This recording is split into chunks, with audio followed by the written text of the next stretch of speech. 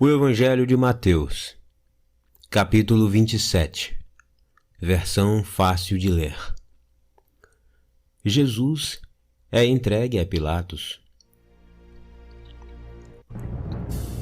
Quando rompeu o dia, todos os líderes dos sacerdotes e anciãos do povo se reuniram para planejar como iriam condenar Jesus à morte. Eles o amarraram e o levaram até a presença do governador Pôncio Pilatos.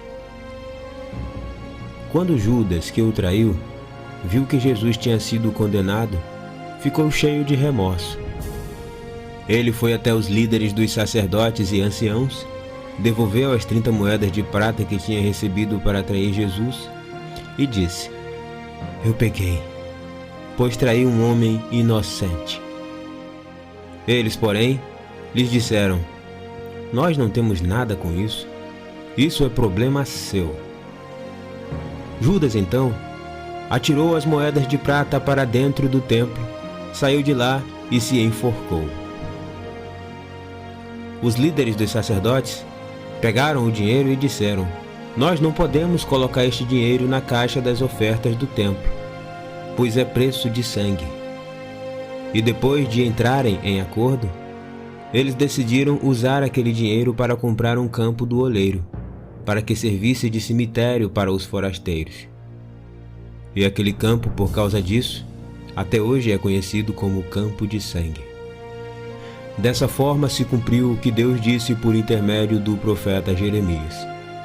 Eles pegaram as 30 moedas de prata, preço que o povo de Israel tinha concordado em pagar por ele, e compraram o campo do oleiro, assim como o Senhor tinha mandado que eu fizesse. Jesus estava de pé diante do governador, e este lhe interrogou, dizendo: "Você é o rei dos judeus?" Ao que Jesus lhe respondeu: "É verdade." E mesmo sendo acusado pelos líderes dos sacerdotes e pelos anciãos, Jesus não respondia nada. Pilatos lhe perguntou: "Não está ouvindo estas acusações que estão sendo feitas contra você?" Jesus, porém, não respondeu nada, e isso impressionou muito o governador. Era a época da Páscoa, e nessa época, o governador costumava soltar um dos prisioneiros conforme a vontade do povo. Nessa ocasião, havia um prisioneiro muito conhecido, chamado Barrabás. Como o povo estava reunido, Pilatos perguntou a todos: "Quem vocês querem que eu solte? Barrabás ou Jesus, chamado o Cristo?" Pilatos tinha perguntado isso porque ele sabia que Jesus tinha sido entregue por pura inveja, e porque quando estava sentado no tribunal, tinha recebido um recado da sua mulher dizendo: "Não se envolva no caso desse homem inocente. Essa noite eu tive um sonho horrível por causa dele."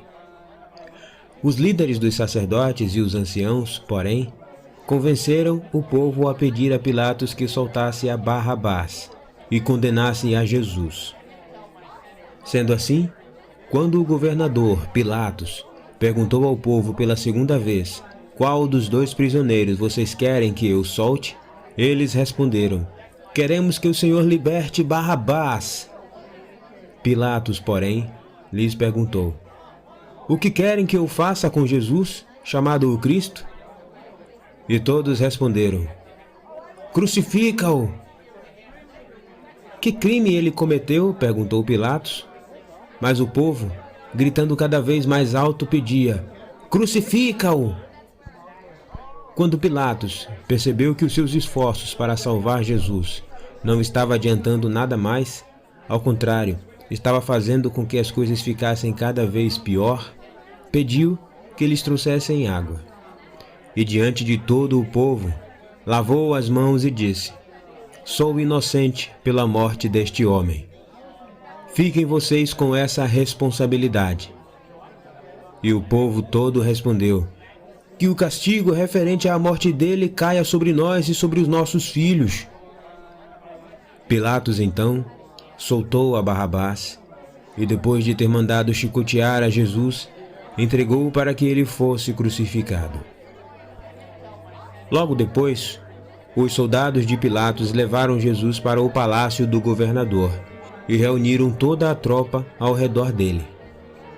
Tiraram a roupa dele e o vestiram com um manto vermelho. Fizeram uma coroa de espinho e colocaram na cabeça de Jesus, e depois lhe deram uma vara para que ele segurasse na mão direita.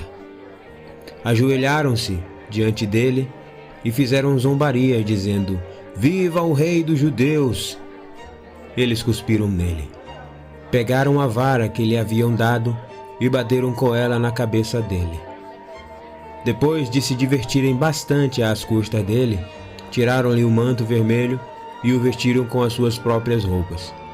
Em seguida, o levaram para ser crucificado. Quando Jesus estava saindo, eles encontraram um homem chamado Simão, da cidade de Cirene, e o obrigaram a levar a cruz de Jesus. E ao chegar ao lugar chamado Gólgota, que significa lugar da caveira, deram vinho misturado com fel para Jesus beber. Ele, porém, depois de experimentar, não quis beber. Depois de o crucificarem, os soldados dividiam suas roupas entre si, tirando a sorte com o dado para ver qual seria a parte de cada um. E sentado ali, aguardavam a morte de Jesus. Acima da cabeça de Jesus, haviam colocado uma placa, onde estava escrito a sua acusação: "Este é Jesus, o Rei dos Judeus." 2 ladrões também foram crucificados com Jesus, estando um à sua direita e outro à sua esquerda. As pessoas que passavam por ali caçoavam e, balançando a cabeça, diziam: "Não foi você que disse que podia destruir o templo de Deus e construí-lo de novo em 3 dias? Então, se você é mesmo o Filho de Deus, desça da cruz e salve-se a si mesmo."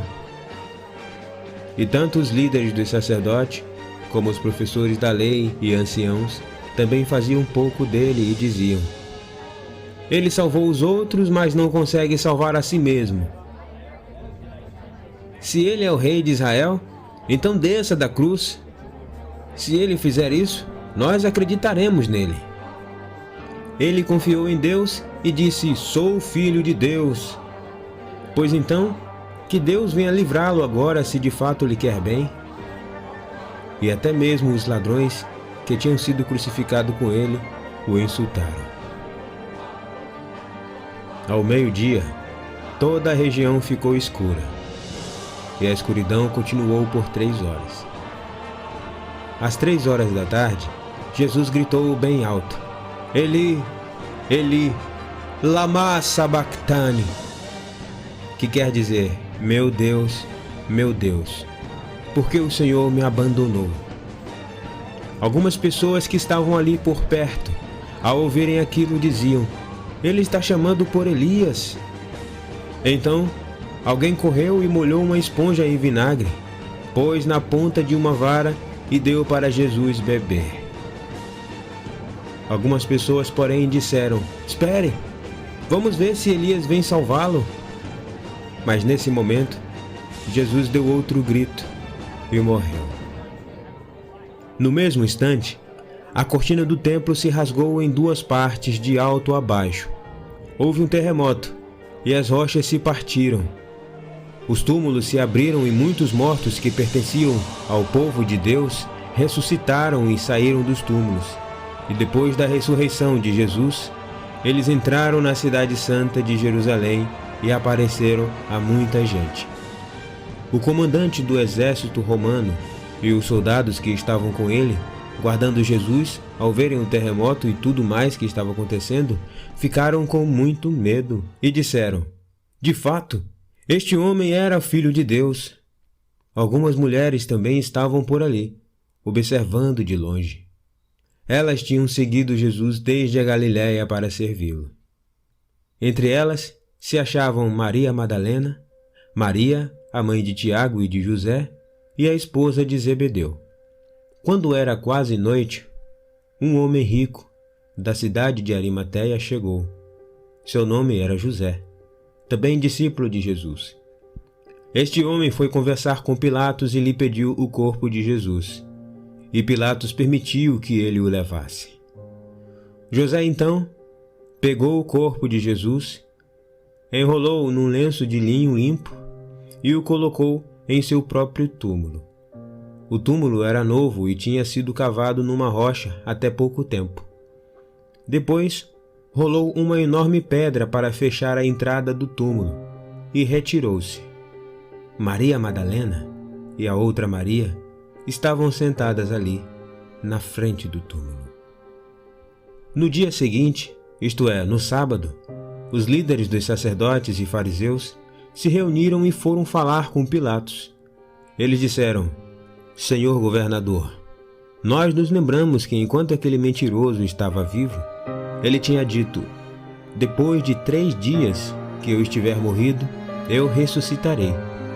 Dê ordens, portanto, para que o túmulo dele seja guardado até o 3º dia. Dessa forma, nós evitaremos que os discípulos dele venham, roubem o corpo e depois digam ao povo que ele ressuscitou dos mortos. Se isso acontecer, esta segunda mentira será ainda pior do que a primeira. Pilatos então lhe disse: Vocês podem levar alguns soldados e guardem o túmulo da melhor maneira possível. Com aquela autorização, eles foram, selaram a pedra que fechava o túmulo e deixaram ali os soldados para o vigiarem.